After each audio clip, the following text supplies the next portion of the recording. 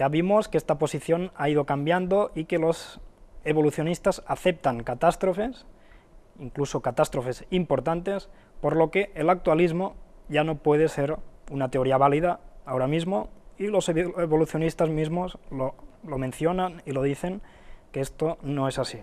Hay que aceptar catástrofes porque se ha visto que es lo que hay y esta teoría ya no funciona, ya no es válida en la actualidad. Entonces, esto ya es una base, la primera, que no es válida. Entonces nos preguntamos, ¿por qué actualismo en un solo tipo de sedimentación, la horizontal, y por qué catastrofismo en todas las demás? ¿Vale? O sea, ¿por qué hay la teoría del actualismo la pondríamos en el típico sedimentación horizontal de la estratigrafía, como en el Cañón del Colorado, pero cuando no ocurre esto, decimos que ha pasado algún tipo de catástrofe? Y entonces ya no vemos estas capas tan bien puestas horizontalmente, sino que adquieren formas distintas, tan onduladas, de formaciones varias, en posición vertical o en otro tipo de posiciones que no son como las que vemos en el Gran Cañón. ¿Por qué? Pues porque en esos tiempos solo se aceptaba actualismo, era todo. Pero aquí se nos formula una pregunta: ¿podría este tipo de sedimentación horizontal ser causado por una o varias catástrofes? O sea, lo que se está diciendo de la estratigrafía, las bases, es que todo esto no es catástrofe, pero puede ser que todo esto se haya hecho en millones de años, o puede ser que esto haya sido creado después de una catástrofe sin necesitar tantos millones de años. Pues vamos a verlo, vamos a ver aquí lo que nos dice. Las corrientes de turbidez son corrimientos de tierra submarinos provocados normalmente por terremotos en los que un desprendimiento de tierra, arena y barro se derrumba rápidamente hacia las profundidades marinas. Un ejemplo de este fenómeno tuvo lugar durante el terremoto de Grand Banks de 1929, que ocurrió en la plataforma continental cerca de la costa de Terranova, Canadá. Bueno, vamos a ver un poco más sobre estas corrientes de turbidez. Y aquí tenemos un esquema. La primera imagen se ve una pendiente bajo el mar, sismo, quiere decir un terremoto. Ya en la segunda foto se produce un derrumbe debido a este pequeño terremoto que hace que toda la montaña se venga abajo, digásemos, arena, barro, todo se va acumulando. Ya vemos en la imagen C, todo va bajando y se van separando unas partículas más grandes, más pesadas, se van a quedar hacia abajo, las más pequeñas hacia arriba, y todo esto va a provocar una deposición de partículas y va a acabar creando una serie de rocas. Vemos la última foto, pone rocas duras. Pues esto es un proceso que ocurre en la naturaleza, corrientes de turbidez, y que no ocurre en millones de años. Vamos a ver ahora un vídeo de lo que serían las corrientes de turbidez, un poco qué es lo que ocurriría realmente. Vale, pues aquí tenemos un modelo de lo que podría ser esto que hemos comentado, corrientes de turbidez, y en un extremo se verá como si un pequeño sismo o un terremoto hiciera descender parte de la montaña donde ha empezado. Aquí vemos ya cómo todo va bajando. Esto sería arena, barro, todo tipo de cosas que forma este desprendimiento de tierra, ¿vale? Provoca toda una serie de corrimientos de tierra, y todo esto se va acumulando y poco a poco irá bajando y se irá acumulando aquí debajo del todo, ¿vale? Ya tenemos una capa aquí formada, ¿vale? Muy parecido a las capas horizontales que hemos visto antes, ¿vale? Vamos a ver otro desprendimiento de tierras, todo polvo que levanta, barro, tierra, todo esto va hacia un lado, se va expandiendo y se va acumulando otra vez en forma horizontal. Aquí tenemos otro sismo, otro terremoto que puede ocurrir, desprendimiento de tierras, y veremos que todo esto se va acumulando capa sobre capa. ¿Ves? Aquí ya tenemos otra capa y quedan todas en una forma horizontal, muy parecido a esa montaña del Gran Cañón. Mira, mira cómo va quedando, va bajando todo, se van formando estas capas una por encima de otra, horizontalmente, unas por encima de otras. Curioso, que esto os pueda ocurrir y no ocurra en millones de años, no hace falta tanto tiempo para que estas cosas pasen, y aquí lo estamos viendo, aunque sea un modelo, claro está, pero en la naturaleza es algo parecido. Vamos viendo, todas estas partículas se van acumulando unas por encima de otras, forma posición horizontal. ¿Lo vemos? Creo que es bastante visual toda esta animación, este vídeo. Vale, entonces vamos a ver, después de estas corrientes de turbidez, qué es lo que se forma. Aquí nos dice que una turbidita es una formación geológica que se deposita durante una corriente turbidítica, una avalancha submarina que redistribuye grandes cantidades de sedimentos clásticos provenientes del continente en las profundidades del océano.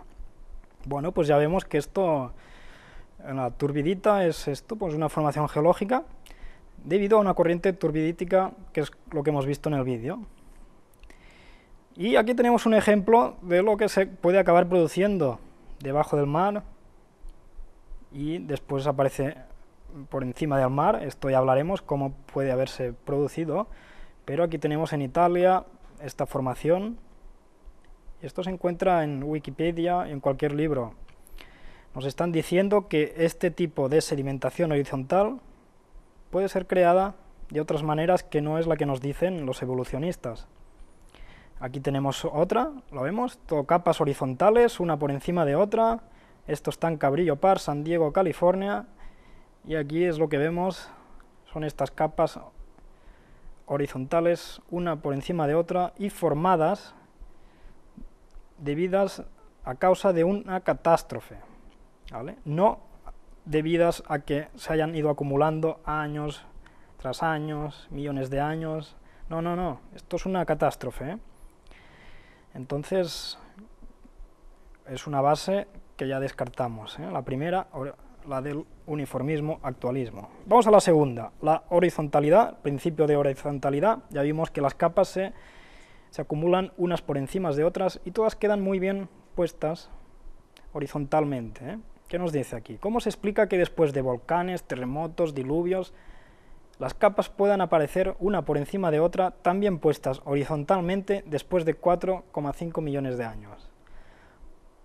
Una buena pregunta, ¿no? Porque ya hemos visto el vídeo de la introducción de la primera conferencia, todo lo que había ocurrido desde que se inició la Tierra, Diluvios, caída de meteoritos, inundaciones, bueno, infinidad de cosas, y lo que nos podemos preguntar es cómo es que todo eso se ha ido acumulando en posición horizontal tan bien puesto, uno por encima de otro.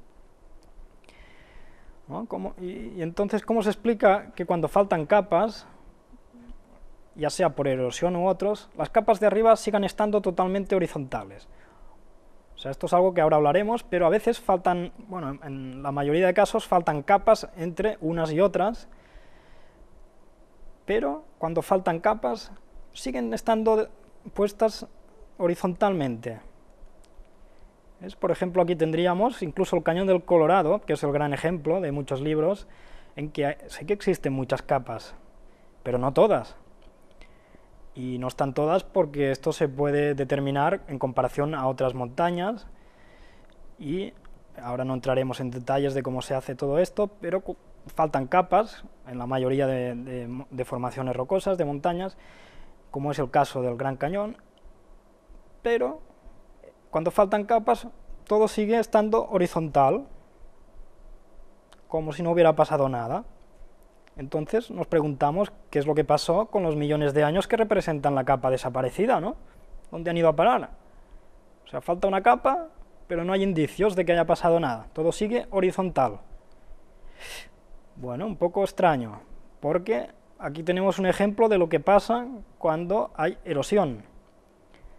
que no queda horizontal. Lo vemos las flechas de color rojo que indican que todo esto no es horizontal.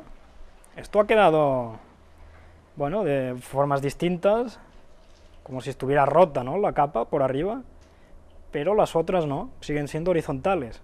Entonces, en este caso, si hubiera habido erosión, la capa de arriba se hubiera formado con una base erosionada, y no sería horizontal, pero no es así. Esto no se ve normalmente, siempre son horizontales. Qué curioso, ¿eh? Después de miles de millones de años, estas capas no muestran ningún signo de erosión, ni que se hayan esfumado, o sea, habiendo desaparecido la capa, no se ve erosión. Curioso, muy curioso, ¿eh? Vamos a hablar un poco más de erosión y vamos a ver un vídeo. La corteza continental situada en el punto de colisión experimenta una presión extrema y la roca sólida se deforma y retuerce. Supongamos que mis manos son dos placas que aprietan la roca entre ellas.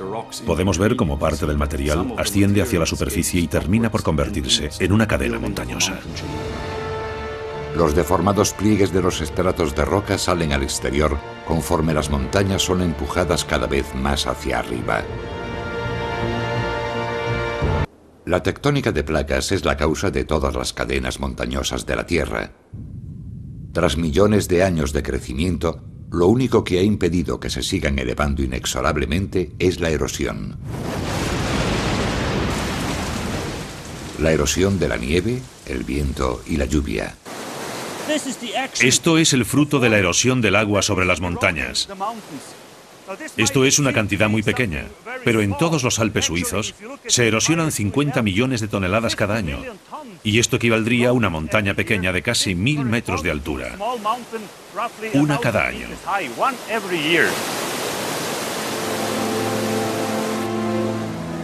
La altura de las montañas del planeta depende de estas dos fuerzas opuestas: elevación y erosión, que hacen que crezcan o mengüen algunas fracciones de centímetro cada año.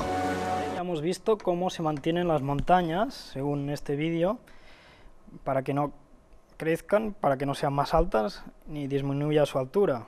Erosión y elevación. Nos dice que está en los Alpes, la erosión es de unos 1000 metros de altura cada año, y yo me pregunto cuánta erosión puede ocurrir en 4,5 millones de años para que las capas sigan teniendo fósiles. ¿Vale? ¿Por qué nos preguntamos esto? Bueno, porque, vamos a ver, el principio que nos ha expuesto este hombre, este señor, es el que las montañas se mantienen a un nivel más o menos normal, el de siempre, no crecen ni se hacen más pequeñas, debido a esto, a la erosión y elevación. Pero entonces nos encontraríamos con un problema. Vamos a ver qué problema es. Si vemos la imagen 1, veríamos, ¿vale?, las capas una por encima de otra y los fósiles de cada capa. En la capa de más arriba estarían los fósiles A, en la de abajo los fósiles B, después los fósiles C y los demás D, E y F. Pero, según esta teoría de la erosión, si vamos al recuadro número 2, veríamos que crecería, por una parte la montaña crecería debido a la tectónica de placas, entonces se añadiría una capa, la negra, que está debajo de todo, y la capa de arriba, como se erosionaría, desaparecería la de más arriba del todo, que es la que tenía fósiles A. Entonces, los fósiles A también se erosionan y desaparecen, ¿no? Pues esto es lo que nos dice la teoría. Vamos a la imagen número 3, al recuadro, y ya vemos que se vuelve a levantar la montaña un poco, aparece otra capa de color negro, y se erosiona otra vez la capa de arriba del todo, que es la que contenía los fósiles B. Entonces vemos que en el número 3 ya han desaparecido los fósiles A y B por la erosión.